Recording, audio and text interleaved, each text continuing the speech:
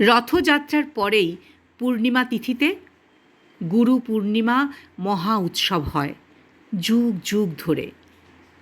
হিন্দু পুরাণে কথিত আছে মহাদেব হলেন আদি গুরু এবং সেই সপ্তর্ষি সপ্তম ঋষি হলেন তার প্রথম শিষ্য।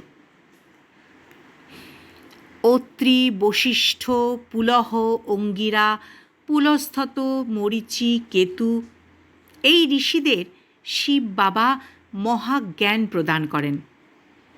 ঋষি পরামর্শ সত্যবতীর পুত্র মহর্ষি বেদব্যাস বেদ সংকলন অনেক পুরাণ লিপিবদ্ধ করেন।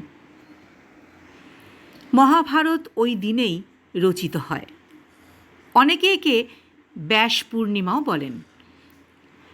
গুরু শব্দের অর্থ হল গুরুদেব হচ্ছেন অন্ধকার থেকে আলোকে নিয়ে আসেন।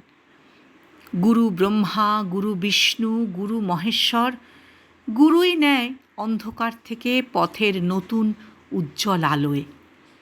শিক্ষিত হোক বা নাই হোক, জীবনের দূর করেন মলিনতা। গুরু মাতা, গুরু পিতা, গুরুই শিক্ষার মূল আধার। গুরুর চরণে সর্বদা মস্তক নোয়াই যেন আমরা।